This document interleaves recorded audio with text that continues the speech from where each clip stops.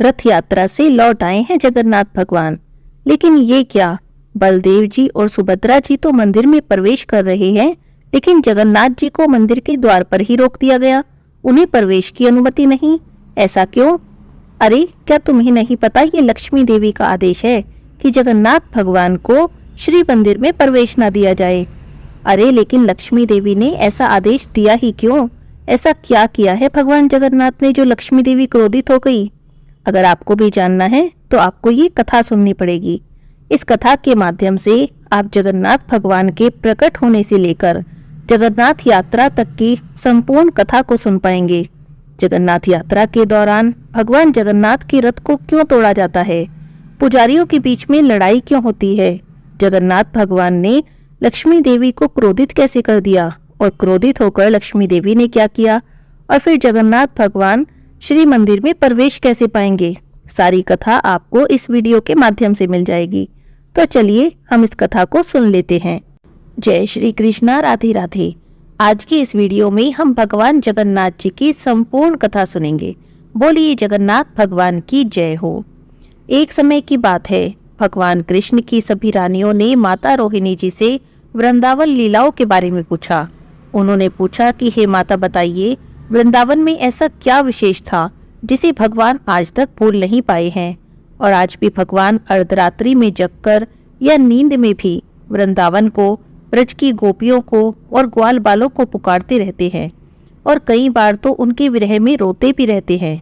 सभी रानियां बहुत दुखी थी यह सोचकर कि हम भगवान की दिन रात इतनी सेवा करती हैं, फिर भी हमारे स्वामी वृंदावन को याद करते रहते हैं और उसके विरह में रोते रहते हैं। इसीलिए उन्होंने माता रोहिणी जी से उस रहस्य को जानने की इच्छा प्रकट की। तब माता रोहिणी जी इस रहस्य को बताने के लिए तैयार हो गई, पर उन्होंने एक शर्त रखी। उन्होंने कहा कि मैं यह बात तुम्हें तभी बताऊंगी जब कृष्ण और बलराम महल में उपस्थित न हो, क्योंकि यह चर्चा उन्हें किसी भी प्रकार से नहीं सुननी चाहिए।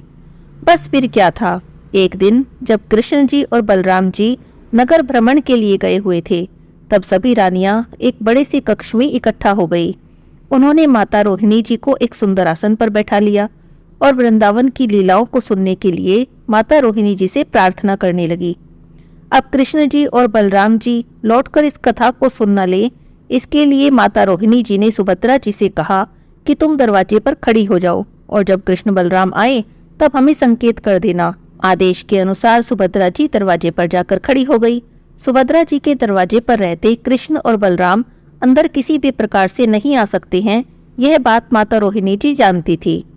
अब सुभद्रा जी को द्वार पर खड़ा करके रोहिणी जी ने भगवान कृष्ण की लीलाओं का गान शुरू कर दिया। सुभद्रा जी वैसे तो द्वार पर पहरा दे रही थी, लेकिन वृंदावन की मनमोहक लीलाओं ने उन्हें भी अपने रस में डुबो ही लिया। उनकी बाह्य चेतना जैसे खो सी गई थी। बस उसी समय श्री कृष्ण जी और बलराम जी भी वहां पर आ गए, और सुभद्रा जी तो कृष्ण रस की धारा में बही जा रही थी। उन्हें इस बात का पता भी नहीं चला कि कब उनके दोनों भाई वहां पर आ गए हैं और उनके पास आकर खड़े हो गए हैं। श्री कृष्ण और बलराम जी ने सुना कि माता रोहिणी जी वृंदावन लीलाओं का वर्णन कर रही हैं, तो सुभद्रा जी के एक ओर श्री कृष्ण जी और दूसरी ओर बलराम जी वहीं पर खड़े हो गए और कथा सुनने लगे।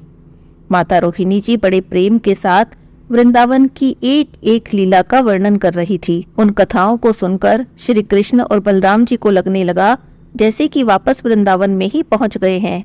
उनकी भी बाह्य चेतना जाने लगी। वृंदावन से इतना विरह का अनुभव उन्हें हुआ कि उनके शरीर के अंग शिथिल होकर संकुचित होने लगे, अर्थात छोटे होने लगे। उनके नेत्र इस दृश्य को पुनः देखने के लिए विशाल होने लगे। इस तरह से वृंदावन की लीलाओं का वर्णन सुनते हुए श्री कृष्ण जी, बलराम जी और सुभद्रा जी के स्वरूप कुछ अलग ही हो गए, कुछ विचित्र ही हो गए। देवयोग से उसी समय नारद मुनि विहार करते हुए वहां पर आ गए। भगवान श्री कृष्ण जी का, बलराम जी का और सुभद्रा जी का ऐसा मनमोहक रूप उन्होंने आज तक कभी नहीं देखा था। वे तो बस एकटक देखते ही रह गए। अभी नारद मुनि कुछ समझ पाते तब तक तीनों बहन भाई अपने वास्तविक मूल स्वरूप में वापस आ गए। नारद जी तो भगवान के भक्त हैं। उन्होंने भगवान से कहा, हे प्रभु, आपके जैसे स्वरूप के दर्शन मैंने अभी अभी किए। ऐसा स्वरूप तो ना कभी देखा गया और ना ही कभी सुना गया। आपके इस दिव्य स्वरूप का दर्शन तो आपके सभी भक्तों को होना चाहिए। नारद जी भगवान के भक्त हैं, अब अपने भक्त की बात भगवान भला कैसे टाल सकते हैं। उन्होंने नारद जी को आश्वासन दिया, वचन दिया कि वे कलयुग में इसी स्वरूप में अपने भक्तों को दर्शन देंगे। भगवान के मुख से ऐसा आश्वासन पाकर नारद जी बड़े प्रसन्न मन से अपने लोक को वापस चले गए। इस घटना को काफी समय बीत गया था। एक समय दुर्वासा ऋषि द्वारिका नगरी के पास एक वन में आकर ठहरे। दुर्वासा ऋषि को श्री कृष्ण जी का आध्यात्मिक गुरु कहा जाता है। दुर्वासा जी की ख्याति चारों ओर द्वारिका नगरी में फैल गई कि एक पहुंचे हुए ऋषि आए हैं। भूत, भविष्य और वर्तमान सभी जानते हैं। द्वारिका के निवासी तो भगवान कृष्ण को ही सबसे अधिक शक्तिशाली मानते थे। उनके ऊपर न वे किसी ऋषि को मानते थे और न ही किसी देवता को। उन्हें बड़ा अभिमान था कि हमारे पास कृष्ण है तो कोई भी देवता, कोई भी ऋषि या साधु हमारा कुछ भी नहीं बिगाड़ सकता। वे कृष्ण को सर्वशक्तिमान मानते थे। तो वहां के नौजवानों को एक शरारत सूझी। उन्होंने आपस में विचार किया कि साधु लोग तो ढोंगी होते हैं, अगर हम इनकी पोल खोल लें तो सबको पता चल जाएगा कि दुर्वासा ऋषि भी ढोंगी ही हैं। चलो चलकर हम दुर्वासा ऋषि की परीक्षा लेते हैं। परीक्षा लेने के लिए श्री कृष्ण के पुत्र सांब ने एक गर्भवती स्त्री का वेश बनाया। पेट के ऊपर छोटा सा कड़ाहा बांध लिया, उसके ऊपर बहुत सारे वस्त्र बांध दिए और स्त्री के कपड़े पहन लिए और अपने ही एक मित्र को अपना पति बना लिया। अब सभी लोग पहुंच गए दुर्वासा ऋषि के पास। प्रणाम करके कहने लगे, हे ऋषिवर, हमने आपका नाम बहुत सुना है कि आप भूत, वर्तमान और भविष्य सब बातों को जानते हो। मुनिवर, ये मेरी पत्नी है। हमारे विवाह को 12 वर्ष हो चुके हैं, लेकिन अभी तक हमें संतान की प्राप्ति नहीं हुई। 12 वर्ष के बाद परमात्मा ने हमारी संतान की आशा पूरी की है। हम जानना चाहते हैं कि हमें पुत्र की प्राप्ति होगी या पुत्री की। ये जानने के लिए हम उतावले हुए जा रहे हैं। कृपया हमारे संदेह का निवारण करें। दुर्वासा ऋषि ने ध्यान लगाकर देखा तो वे सब समझ गए। उन्हें बड़ा क्रोध आया। क्रोध में भरकर बोले, तुम्हें पता करना है कि क्या होगा? वे कहने लगे, हाँ जी ऋषिवर, बताइए।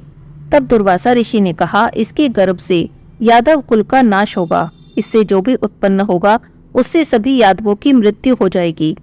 दुर्वासा ऋषि को क्रोधित देखकर सभी वहां से भाग गए। जल्दी जल्दी जाकर सबने उन कपड़ों को हटाया जो गर्भवती स्त्री का स्वांग बनाने के लिए बांधे गए थे। सभी कपड़ों को हटाते ही वह जो कड़ाहा बांधा गया था उसका मूसल बन गया।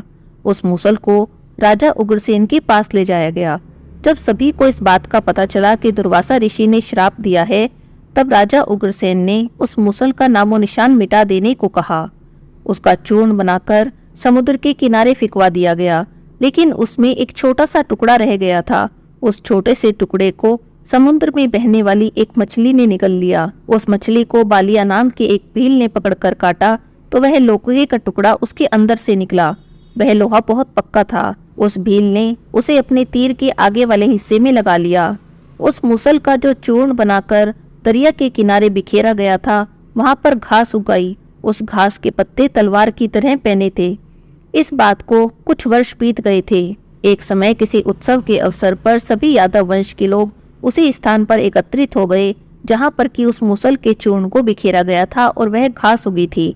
किसी बात को लेकर सभी लोग आपस में झगड़ने लगे। झगड़ा इतना बढ़ गया कि वहीं से घास उखाड़ उखाड़ कर एक दूसरे को मारने लगे। वह घास इतनी चमत्कारिक थी कि जैसे ही उसे उखाड़कर हाथ में लेते वह मूसल में बदल जाती। सभी एक दूसरे को उस मूसल से मारने लगे। देखते ही देखते संपूर्ण यादव कुल का नाश हो गया। इसी शोक में बलराम जी ने जल समाधि ले ली।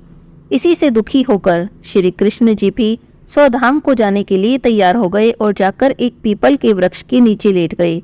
उन्होंने अपना एक पैर अपने दूसरे घुटने के ऊपर रख लिया। श्री कृष्ण के दाएं पैर के तलुए में जन्म से ही एक पदम लगा हुआ था जो कि चमकने लगा।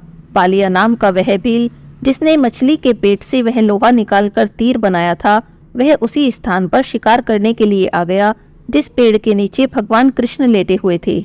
वृक्ष की छोटी छोटी टहनियां चारों ओर से पृथ्वी को छू रही थी और उनके झुरमट में से श्री कृष्ण के पैर का पदम ऐसा प्रतीत होता था जैसे किसी मृग की आंख चमक रही हो। बस उस शिकारी ने आप देखा न ताव उस चमक पर अपना तीर चला दिया। तीर सीधा निशाने पर लगा। पैर के तलवे में तीर लगने से श्री कृष्ण जी की चीख निकल गई। बालिया समझ गया कि किसी व्यक्ति को तीर लग गया है। उसने पास जाकर देखा तो कोई राजा है।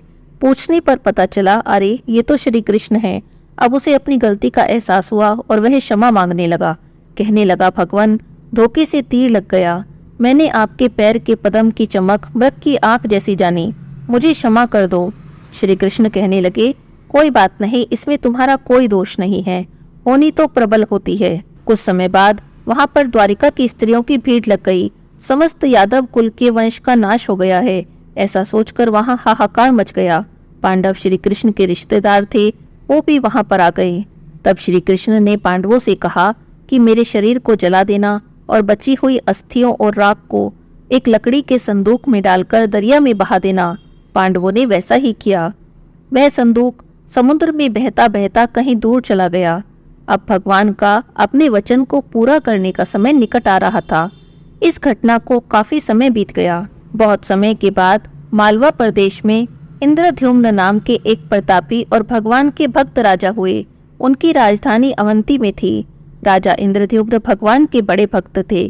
श्री हरि के चरणों में उनकी भक्ति थी। एक दिन राजा इंद्रद्युम्न ने अपने राज्य के सभी विद्वान ब्राह्मणों और पुरोहितों को बुलाया और कहा, हे विद्वान ब्राह्मणों, मेरे जीवन में ईश्वर की कृपा से हर प्रकार की भौतिक सुख सुविधाएं हैं, लेकिन मेरे जीवन में अभी भी एक कमी है।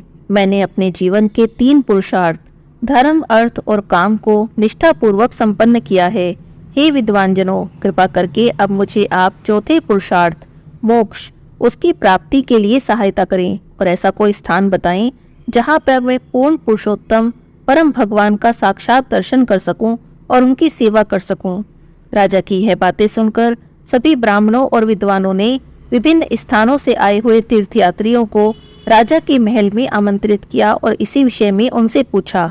तभी वहां पर उपस्थित एक तीर्थयात्री ने कहा, हे राजन, भगवान श्री नारायण की कृपा से मैंने इस धरती के सभी पवित्र तीर्थ स्थलों की यात्रा की है, लेकिन एक स्थान पर मैंने परम भगवान को साक्षात रूप में देखा है। वह स्थान उग्र प्रदेश में स्थित है। इस प्रदेश के दक्षिणी समुद्री किनारे पर पुरुषोत्तम क्षेत्र विद्यमान है, जहां पर जंगलों से घिरा हुआ एक नीले रंग का पर्वत दिखाई देता है। इस पर्वत के शिखर पर एक कल्प वट वृक्ष है। इस वृक्ष के पश्चिमी हिस्से में एक सुंदर कुंड है जिसका नाम है रोहिणी कुंड।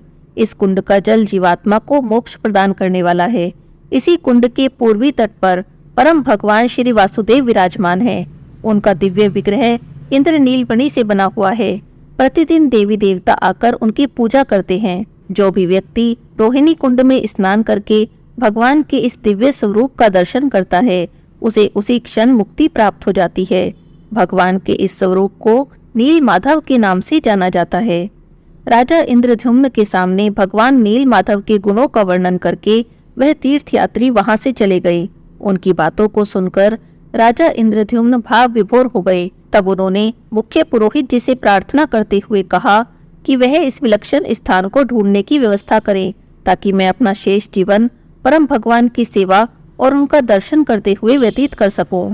मुख्य पुरोहित जी ने कुछ समय तक सोचा और इस कार्य के लिए अपने छोटे भाई विद्यापति को चुना। पुरोहित जी ने राजा इंद्रद्युम्न को आश्वस्त करते हुए कहा कि इस कार्य के लिए उनका भाई विद्यापति उचित रहेगा।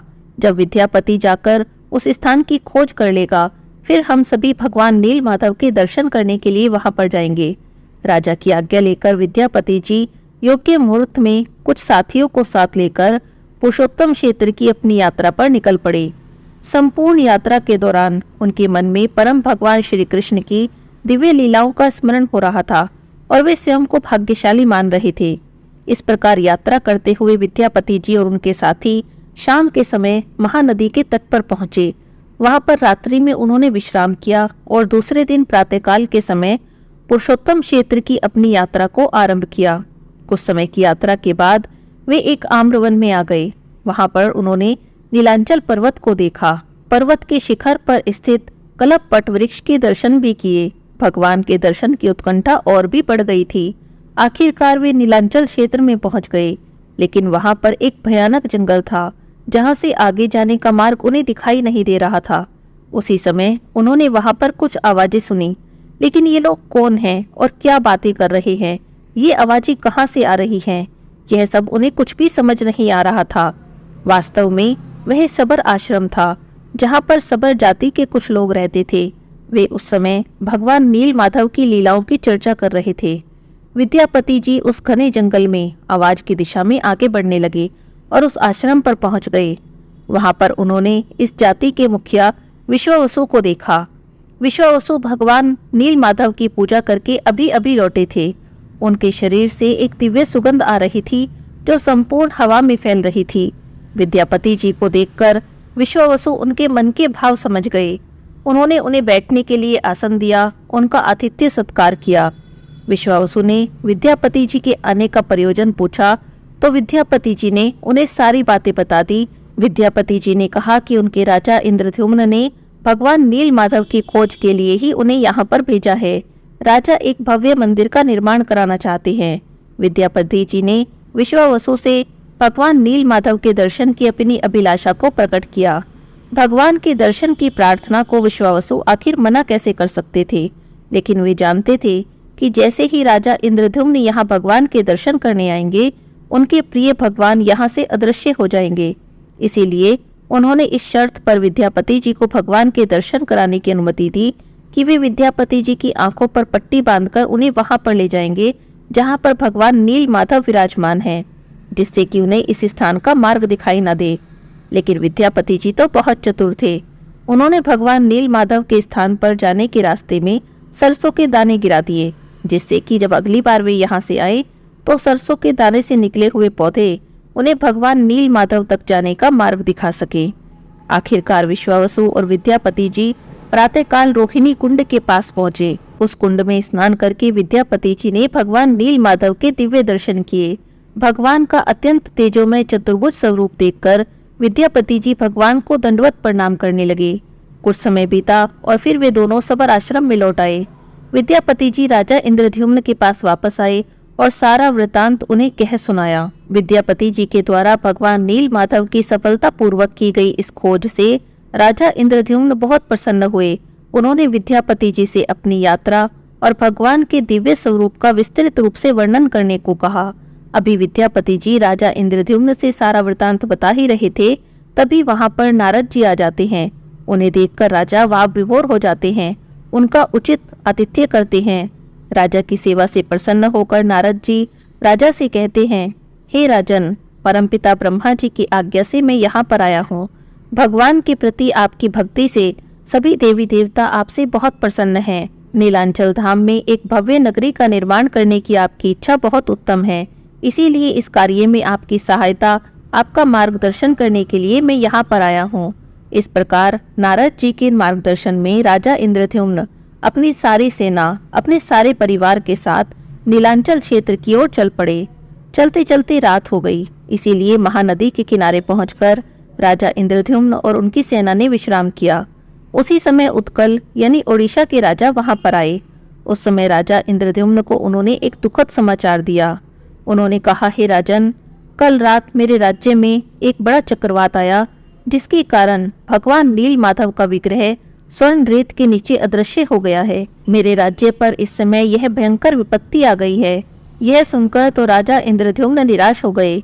जिन भगवान के दर्शन की लालसा से वे यहाँ तक आए थे, अब वे ही अदृश्य हो गए हैं। तब नारद जी ने राजा इंद्रद्युम्न को आश्वासन दिया और राजा इंद्रद्युम्न अपनी सेना के साथ पुरुषोत्तम क्षेत्र में पहुंच गए। वहां जाकर नारद मुनि के मार्गदर्शन के अनुसार राजा ने नरसिंह देव के विग्रह की स्थापना की।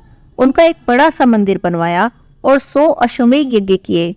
एक दिन राजा इंद्रद्युम्न को स्वप्न में क्षीर सागर में विराजमान भगवान श्रीहरि के दर्शन हुए। भगवान श्रीहरि ने राजा से कहा कि तुम्हें मेरे साक्षात दर्शन करने का समय अब दूर नहीं है। सुबह होने पर राजा इंद्रद्युम्न ने नारद मुनि से इस विषय में बात की। अभी वे इस विषय में चर्चा कर ही रहे थे कि उसी समय समुद्र में एक बड़ा सा लकड़ी का गट्ठा पानी की सतह पर तैरता हुआ आ गया। लकड़ी के उस लट्ठे के ऊपर शंख, चक्र, गदा और पद्म के चिन्ह अंकित थे। लकड़ी के उस लट्ठे को देखकर सभी आश्चर्यचकित हो गए। तभी आकाशवाणी हुई और आकाशवाणी ने राजा इंद्रद्युम्न से कहा कि इस लकड़ी के लट्ठे द्वारा भगवान के दिव्य विग्रह का निर्माण करो। राजा के बनाए मंदिर में उनकी स्थापना करो। आकाशवाणी सुनकर राजा इंद्रद्युम्न तो बहुत प्रसन्न हुए, लेकिन लकड़ी के लट्ठे से भगवान के विग्रह का निर्माण कैसे किया जाए, क्योंकि जितने भी मूर्तिकारों से भगवान का विग्रह बनाने को कहा गया, वे सब कहने लगे कि हमें तो पत्थर से मूर्ति बनाना आती है, लकड़ी के लट्ठे से विग्रह का निर्माण करना हम नहीं जानते। अब ये एक नई समस्या आ गई थी। तभी वहां पर एक वृद्ध शिल्पकार आता है और राजा से कहता है कि महाराज, मैं इस लकड़ी के लट्ठे से भगवान के विग्रह को बना सकता हूँ, लेकिन मेरी एक शर्त है। विग्रह बनाने के इस कार्य को मैं एकांत में करना चाहता हूँ। एक कमरे के भीतर मैं इन विग्रह का निर्माण करूंगा और जब तक विग्रह का निर्माण पूर्ण रूप से नहीं हो जाता है, तब तक उस कक्ष को कोई नहीं खोलेगा। भगवान के विग्रह का निर्माण करने के लिए मुझे 21 दिन का समय लगेगा और 21 दिनों में उस कमरे के द्वार को कोई भी खोलकर नहीं देखेगा। राजा इंद्रद्युम्न ने उस वृद्ध शिल्पकार की यह बात स्वीकार कर ली। राजमहल के एक कक्ष में भगवान के विग्रह का निर्माण होने लगा। वह बूढ़ा बढ़ई भगवान के विग्रह का निर्माण कर रहा था। बाहर खड़े होकर राजा और रानी प्रतिदिन हथौड़ों और छेनी की आवाज सुनते रहते। धीरे धीरे करते 15 दिन बीत गए। 15 दिन के बाद छेनी और हथौड़ों की आवाज आनी बंद हो गई। अब रानी गुंडीचा देवी को इस बात से बड़ी चिंता हुई। वह सोचने लगी, बूढ़ा बढ़ई है, 15 दिन हो गए, न इसने कुछ खाया है न पिया है, छेनी हथौड़ों की आवाज भी आनी बंद हो गई है, कहीं उसे कुछ हो तो नहीं गया। तब उन्होंने महाराज से प्रार्थना की कि हमें कक्ष का द्वार खोलकर देखना चाहिए। महाराज को भी रानी की ये बात सही लगी। उन्होंने जैसे ही कक्ष का द्वार खोलकर देखा तो वहां से वह बूढ़ा बढ़ई तुरंत ही गायब हो गया। भगवान के विग्रह का निर्माण अभी तक पूर्ण नहीं हुआ था। राजा इंद्रद्युम्न को अपने ऊपर बड़ी ग्लानि हुई। वे बड़े दुखी हो गए। उन्होंने सोचा कि 21 दिनों तक हमें द्वार नहीं खोलना था।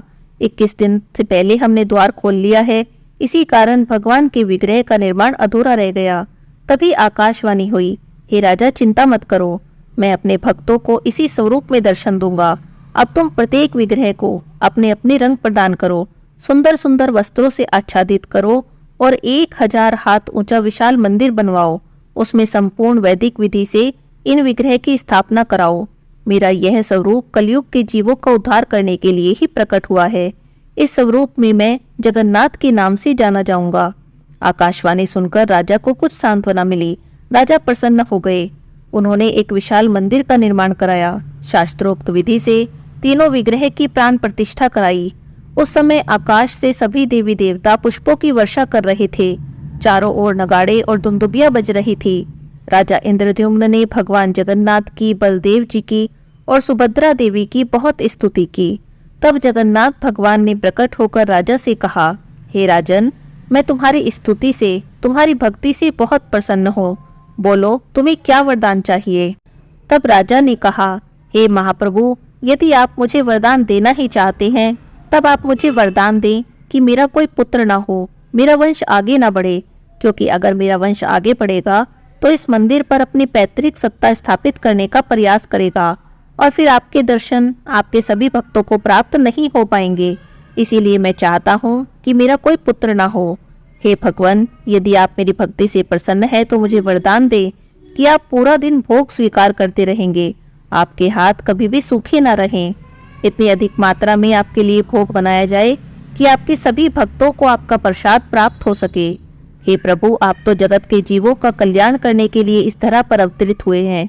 मैं चाहता हूँ कि आप मात्र 3 घंटे तक विश्राम करें और बाकी संपूर्ण समय में अपने भक्तों का दर्शन देते रहें। भगवान जगन्नाथ जी ने राजा इंद्रद्युम्न की ये सभी प्रार्थनाएं स्वीकार कर ली। राजा इंद्रद्युम्न तो प्रसन्न थे, लेकिन राजा की इन मांगों से, इन वरदानों से रानी गुंडीचा देवी प्रसन्न नहीं थी। उनके मुख पर उदासी छा गई, जो कि भगवान जगन्नाथ जी की आंखों से छुपी न रह सकी। इसीलिए उन्होंने रानी से पूछा, महारानी, क्या बात है, आप कुछ उदास दिखाई पड़ रही हैं। तब रानी गुंडीचा देवी ने कहा, हे प्रभु, हर स्त्री की इच्छा होती है कि उसे संतान हो, उसके पुत्र हो, लेकिन अब मैं इस सौभाग्य से वंचित रह जाऊंगी। अब मेरा कोई भी पुत्र नहीं होगा जो मुझसे मिलने आएगा, मृत्यु के बाद मेरा श्राद्ध करेगा। बस मुझे इसी बात का खेद है। यह सुनकर जगन्नाथ जी ने कहा, हे माता, आज से मैं और बलदेव जी आपके पुत्र होंगे और एक संतान के सभी कर्तव्यों का पालन करेंगे। साल में एक बार हम तीनों बहन भाई आपके पास, आपके घर आएंगे। प्रतिवर्ष आपका सानिध्य प्राप्त करेंगे और हम ही आपका श्राद्ध करेंगे। अपने इसी वचन को पूरा करने के लिए भगवान जगन्नाथ जी प्रतिवर्ष रथ यात्रा के समय गुंडीचा मंदिर में अपनी मौसी से मिलने जाते हैं और कुछ दिनों तक वहीं पर रहते हैं।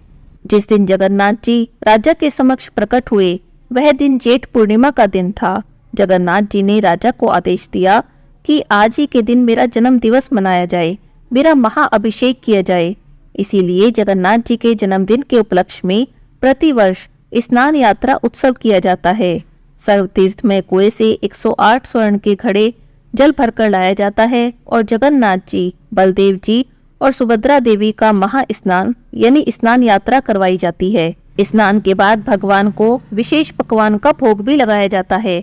इतना अधिक स्नान करने से भगवान जगन्नाथ जी, बलदेव जी और सुभद्रा देवी बीमार पड़ जाते हैं और इस समय में अपने भक्तों को दर्शन नहीं देते।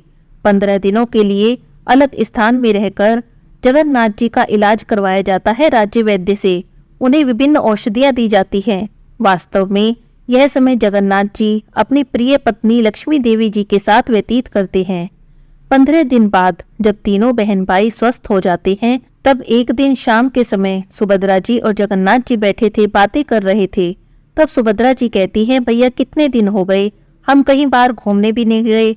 अब तो हम सभी स्वस्थ हो गए हैं, हमें कहीं घूम कर आना चाहिए। चलिए हम नगर भ्रमण करके आते हैं। सुभद्रा जी के इस विचार को सुनकर जगन्नाथ जी प्रसन्न हो जाते हैं। कहते हैं, यह तो बड़ा उत्तम विचार है, लेकिन इसके लिए बलराम भैया और लक्ष्मी देवी से पूछना होगा। तो पहले बलदेव जी से आज्ञा ली जाती है और फिर जगन्नाथ जी पहुंच जाते हैं लक्ष्मी देवी के पास उनकी आज्ञा लेने के लिए। जाकर कहते हैं, लक्ष्मी देवी जी, हम 15 दिन से बीमार थे, न ही हमने अपने भक्तों को दर्शन दिए और न ही हमारे भक्त हमसे मिलने आ पाए। यदि आपकी आज्ञा हो तो हम घूमने जाना चाहते हैं। यदि आप हमें आज्ञा दें तो हम नगर भ्रमण पर चले जाएं। जगन्नाथ जी की ये बातें सुनकर लक्ष्मी देवी उदास हो जाती हैं।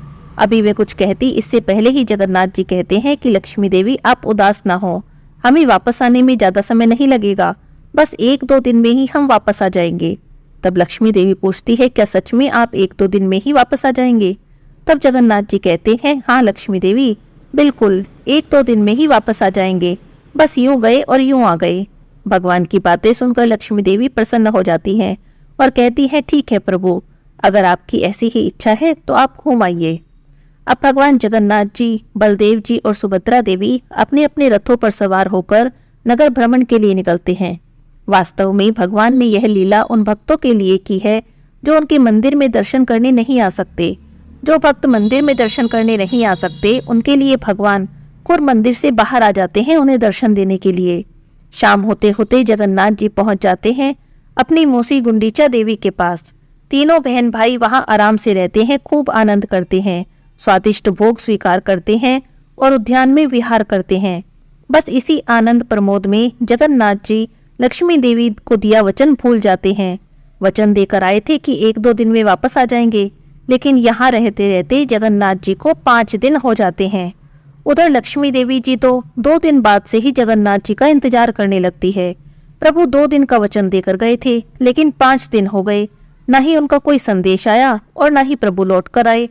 इस बात से लक्ष्मी देवी बहुत क्रोधित हो जाती हैं। जगन्नाथ जी के इस गैर जिम्मेदार व्यवहार से तो लक्ष्मी देवी बहुत नाराज हो जाती हैं और सोचती हैं, क्या मुझे दिए वचन का कोई मूल्य नहीं? ऐसे कैसे जगन्नाथ जी मुझे एक झूठा वचन दे सकते हैं? इस तरह क्रोध में लक्ष्मी देवी अपनी पालकी में बैठकर भगवान जगन्नाथ जी को ढूंढने के लिए निकल पड़ती हैं और पहुंच जाती हैं गुंडीचा मंदिर में। जब लक्ष्मी देवी गुंडीचा मंदिर में पहुंचती हैं तब वे बहुत क्रोध में होती हैं। जगन्नाथ जी के सेवक उन्हें इस तरह क्रोध में देखकर डर जाते हैं और डर के मारे मंदिर के द्वार बंद कर लेते हैं। बस इस घटना से तो लक्ष्मी देवी का क्रोध और भी बढ़ जाता है और वे सोचती हैं, एक तो मुझे झूठा वचन दिया, ऊपर से मुझे मंदिर में आने की अनुमति नहीं, मेरे मुंह पर ही मंदिर के द्वार बंद कर लिए। ऐसा कैसे कर सकते हैं जगन्नाथ जी, क्योंकि बिना स्वामी की आज्ञा के तो सेवक कुछ भी नहीं कर सकते। तभी लक्ष्मी देवी को जगन्नाथ जी का रथ नंदी घोष दिखाई देता है और लक्ष्मी देवी अपने सेवकों से उस रथ को तोड़ देने का आदेश देती हैं।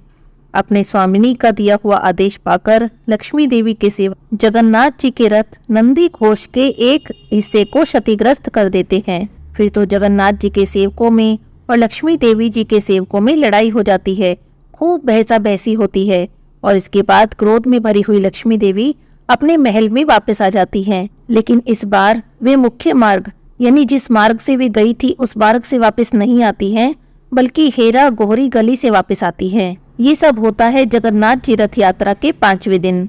हेरा पंचमी के नाम से इसे जाना जाता है। हेरा का अर्थ होता है देखना और पंचमी का अर्थ होता है 5वां दिन, अर्थात जिस दिन लक्ष्मी देवी जगन्नाथ भगवान को देखने जाती है। कहा जाता है आज भी हेरा पंचमी के दिन भगवान की लीला प्रदर्शित की जाती है। लक्ष्मी देवी के विग्रह को पालकी में बिठाया जाता है, गुंडीचा मंदिर ले जाया जाता है और वहां लक्ष्मी देवी के सेवकों में और जगन्नाथ जी के सेवकों में एक अच्छी खासी लड़ाई भी होती है। जगन्नाथ जी के रथ को क्षतिग्रस्त भी किया जाता है और इसे रथ भंग करना कहते हैं। अब आ जाते हैं अपनी वास्तविक कथा पर। लक्ष्मी देवी तो क्रोधित होकर चली जाती हैं। तभी जगन्नाथ जी बाहर शोर की आवाजें सुनकर अपने सेवकों से पूछते हैं कि बाहर क्या हो रहा है। तभी सेवक उन्हें लक्ष्मी देवी के आने और क्रोधित होकर जाने की सारी बात बताते हैं। अब जगन्नाथ जी को अपनी भूल का एहसास हो जाता है। उन्हें याद आता है कि मैंने लक्ष्मी देवी को 1-2 दिन में आने को कहा था, लेकिन पूरे 5 दिन हो गए हैं। जगन्नाथ जी को दुख भी होता है कि हमारी वजह से लक्ष्मी देवी को इतना कष्ट सहना पड़ा। लेकिन फिर भी जगन्नाथ जी और बलराम जी और सुभद्रा जी तीनों वापस जाने की तैयारी करते हैं। जगन्नाथ जी को वापस आते आते पूरे 9 दिन लग जाते हैं। 9वें दिन भगवान जगन्नाथ, बलदेव जी और सुभद्रा जी का रथ वापस जाने की यात्रा करता है। इस यात्रा को बहुधा यात्रा के नाम से जाना जाता है। बलराम जी और सुभद्रा जी का रथ तो सीधा सिंहद्वार तक चला जाता है, लेकिन जगन्नाथ जी का रथ वापसी में सिंहद्वार जाने से पहले गणपति राजा के महल पर कुछ देर खड़ा रहता है और इसी समय लक्ष्मी देवी जी के सेवक यह सूचना जाकर लक्ष्मी देवी को देते हैं कि प्रभु आ रहे हैं। यह सुनकर लक्ष्मी देवी प्रसन्न हो जाती हैं। वे श्री मंदिर से बाहर चांदनी मंडप में आती हैं और फिर रसोई घर से होती हुई भेंट मंडप में आ जाती हैं। इस तरह 10 दिन बाद लक्ष्मी देवी अपने स्वामी के दर्शन करती हैं। इस भेंट को लक्ष्मी नारायण भेंट या चांदनी मिलन के नाम से भी जाना जाता है। इस समय में लक्ष्मी देवी को जगन्नाथ जी का एक विशेष हार प्रदान किया जाता है। इसके बाद लक्ष्मी देवी जगन्नाथ जी के रथ नंदी घोष की प्रदक्षिणा करती हैं और फिर श्री मंदिर में उनके आगमन की प्रतीक्षा करने के लिए वापस चली जाती हैं। कुछ समय बाद जगन्नाथ जी का रथ भी सिंहद्वार तक पहुंच जाता है। फिर तीनों बहन भाई श्री मंदिर में प्रवेश करने वाले होते हैं। बलदेव जी और सुभद्रा मैया तो सीधा श्री मंदिर में प्रवेश कर लेते हैं, लेकिन जगन्नाथ जी बाहर ही फंस जाते हैं। लक्ष्मी देवी के आदेश से उन्हें प्रवेश देने के लिए मना कर दिया जाता है। अब जगन्नाथ जी हाथ जोड़कर लक्ष्मी देवी से प्रार्थना करते हैं। उनके सेवक भी क्षमा मांगते हैं, लेकिन लक्ष्मी देवी नहीं मानती। आखिरकार थक हार कर जगन्नाथ जी लक्ष्मी देवी को प्रसन्न करने के लिए बड़े बड़े रसगुल्ले और फूलों की माला लेकर उनके पास जाते हैं और उनसे क्षमा याचना करते हैं। तब जाकर लक्ष्मी देवी प्रसन्न होती हैं और जगन्नाथ जी के लिए श्री मंदिर के द्वार खोल दिए जाते हैं। तो ये थी जगन्नाथ जी की संपूर्ण रथ यात्रा उत्सव की कथा। ये कथा आपको कैसी लगी कमेंट बॉक्स में जरूर बताइएगा, और कुछ नहीं तो जय जगन्नाथ महाप्रभु जरूर लिखिएगा। बोलिए जगन्नाथ भगवान की जय हो, बलदेव जी की जय हो, सुभद्रा मैया की जय हो।